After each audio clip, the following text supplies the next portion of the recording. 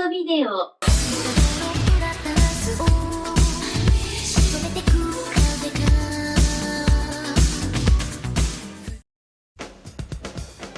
Where monsters rampage, I'm there to take them down.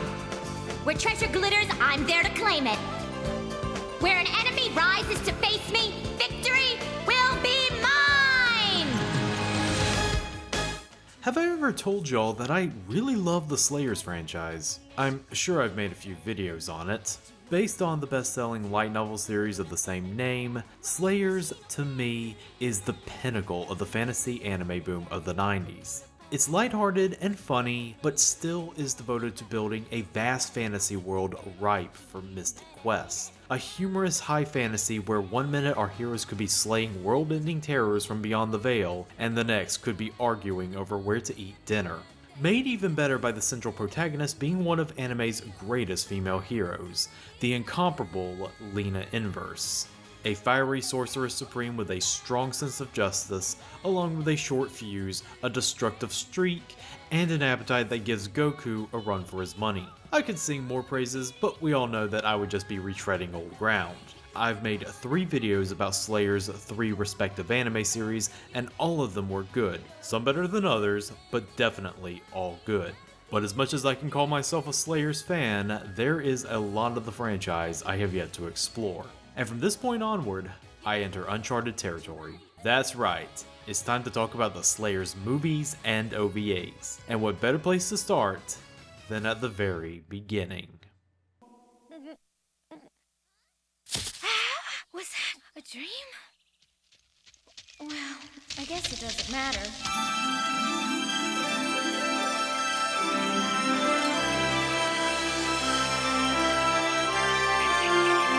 I think if you ever brought up the subject of Slayers movies, people who know what you are talking about are probably going to have this movie on their minds. 1995's Slayers Perfect, or as it's known by its full American title, Slayers the Motion Picture. The story centers around Lena having reoccurring dreams where she plays audience to an innocent love story between 2 kids, a young boy named Rowdy and a young elf girl named Meliroon. Remaining frustrated with these dreams and getting very unhelpful answers from the disembodied voice that's narrating these events. Yeah, whatever. What are you doing in one of my dreams without my permission? I'm sorry, but I couldn't very well get your permission while you were asleep, could I? Lena finds herself whisked away to the vacation island of Mipros Island, known for its fabled hot springs. But she's not alone on this vacation because the person doing the whisking is a very special party guest. That's right, since this is a Slayers movie, that means we finally get to talk about a very special Slayers character.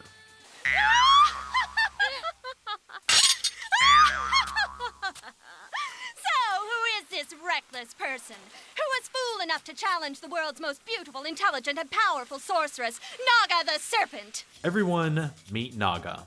Naga, everyone. Naga is, like Lena, a very powerful sorceress. She is also Lena's sworn rival / frenemy / general nuisance. I am Lena's most powerful and foremost rival, Naga, and she's a pain in the butt. Oh, you don't mean that! And while she is on the side of good despite intentionally playing up the evil sorceress image, she has more noticeable flaws than even Lena, being haughty, greedy, and someone who really loves getting lost in the sauce.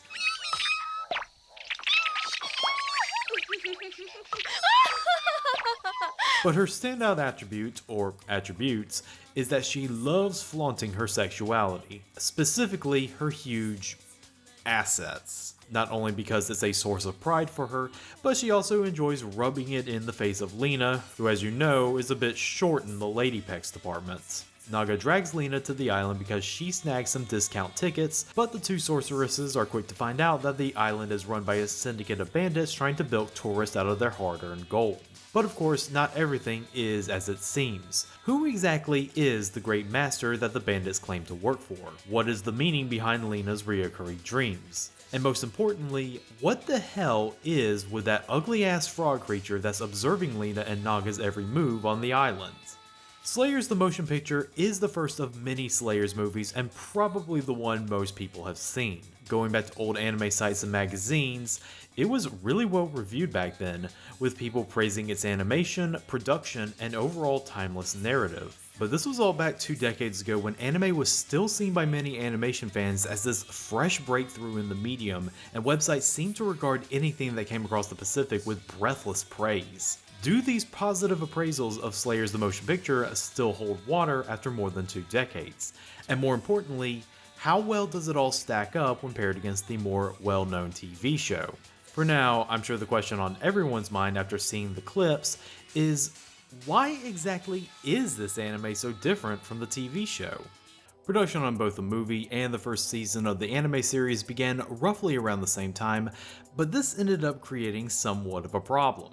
The anime series was, by design, meant to follow Hajime Kanzaka's original novel series from book 1 onwards. This meant that screenwriter and storyboarder Kazuo Yamazaki could not adapt any of the story from those books, as that would just make the movie redundant and potentially split the viewership between both. He also obviously could not skip ahead to the most recent title in the series, as that would mean skipping roughly 8 novels worth of story and world building. What to do? What to do? Well, luckily for Yamazaki, he and the rest of the Slayers Perfect team did have a well to draw from. In 1991, Kanzaka had begun a spin-off of Slayers titled Slayer Special, a more episodic and humorous prequel series that focuses on Lena's adventures 2 years before she met Gowry, with her being the unwilling accomplice to fellow sorceress Naga the Serpent. It was almost too perfect for Slayers Perfect. The stories were far more self-contained and could easily be adapted into an hour-long movie, more so than Kanzaka's first novel ever could be. In fact, they didn't even need Kanzaka's help at all. Slayers Perfect is unique in that it's one of the few bits of Slayers media that is not based off of anything Hajime Kanzaka ever wrote. This entire script comes straight from Kazuo Yamazaki's pen to your plate. At this point in time, Yamazaki was a heavily established writer and director of anime. He had worked closely with Mamoru Oshii on Urusei Yatsura Beautiful Dreamer, and did such a good job as animation director that it was enough to nab him the director's chair for the 3rd and 4th Urusei Yatsura movies respectively. After that, he would go on to write and direct... well, they can't all be winners. Las Vegas, a city men built in the barren desert to feed their equally barren greed. We also gotta give credit to director Hiroshi Watanabe. He was also another example of established talent in the industry at that point, with numerous credits in animation, storyboarding, and directing dating all the way back in 1978. And, not to get too far ahead here, but it seems like JC Staff was really impressed by his work on Slayers the Motion Picture, given that he would go on to direct every other Slayers movie from that point onward. Animation-wise, this just might be Slayers at its best animated. Obviously, this is unfair to compare to the TV anime because that was working with a TV anime budget, and quite possibly a low one at that in its first season. But even the TV anime at its best pales in comparison for what this movie is throwing down. The magic spell animation in this anime is breathtaking. Every spell that is animated is just brimming with an awesome power. You feel the heat of the fire, the chill of the ice, the crackling of the electricity. Made even better by Yamazaki's boarding. His dynamic camera angles and posing make every spell that our 2 heroines cast hit with the force of a semi-truck. The best example being when Lena finally casts her Dragon Slave. It happens more than halfway through the film, which makes the audience ask when is she finally gonna unleash her signature spell. And when she finally does, there's a slow build up to her drawing her power from roughly a 5-mile radius, all culminating in unleashing the spell in question, where we see it rip through the earth before switching to a camera view of the spell hurtling to its hapless targets.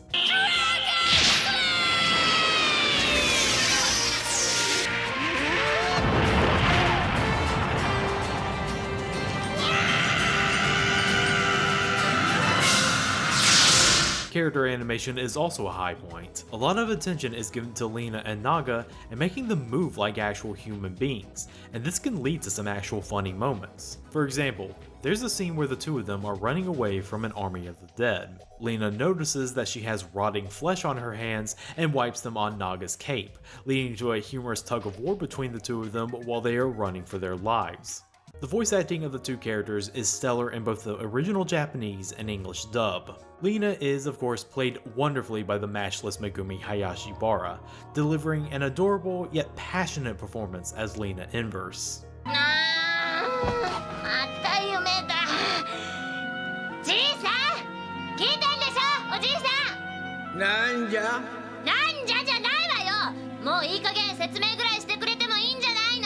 Then you have Maria Kawamura playing Naga, not only playing her as conceited and ditzy, but loudly conceited and ditzy. じゃああんただったの？弱い者いじめの脳なし胸なし追いはぎ魔導士ってのよ。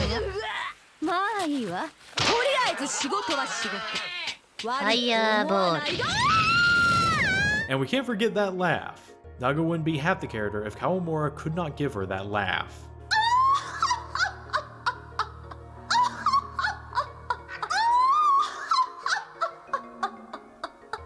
You really have to nail that laugh in order to nail Naga's character, so it's great that the English voice, Kelly Manison, can also nail that on top of playing Naga as raucously snooty as Kawamura does. I'll stop that demonic crystal!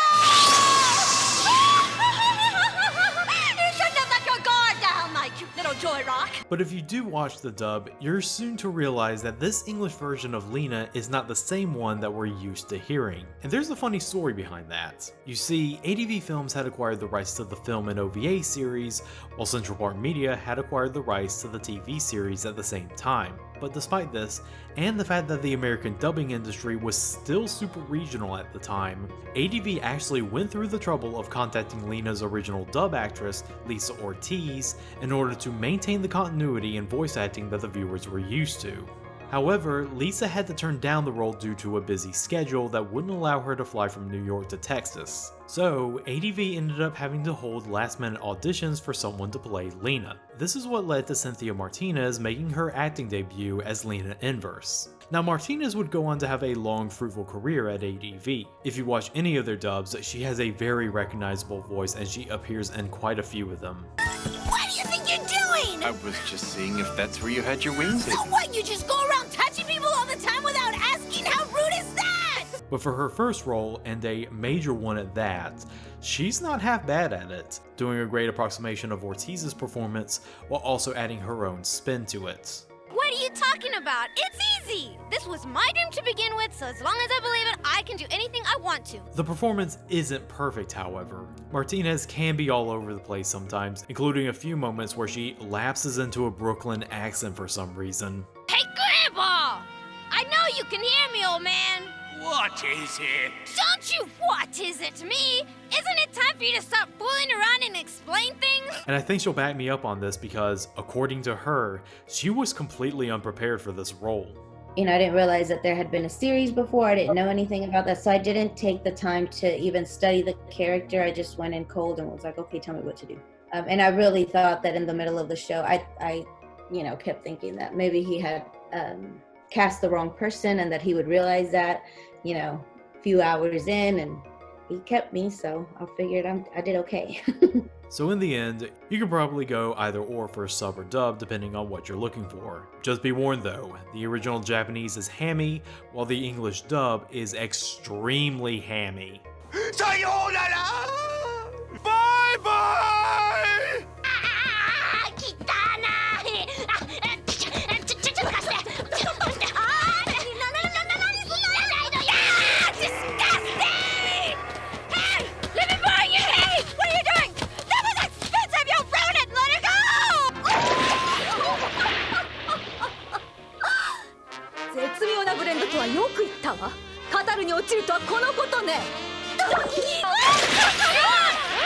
Oh, you frauds! I can't believe you had the gall to claim this spring has an exclusive blend of certain medicinal ingredients.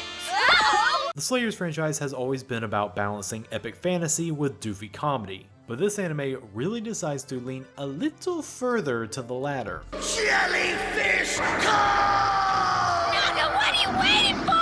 The drama! See cucumber spin!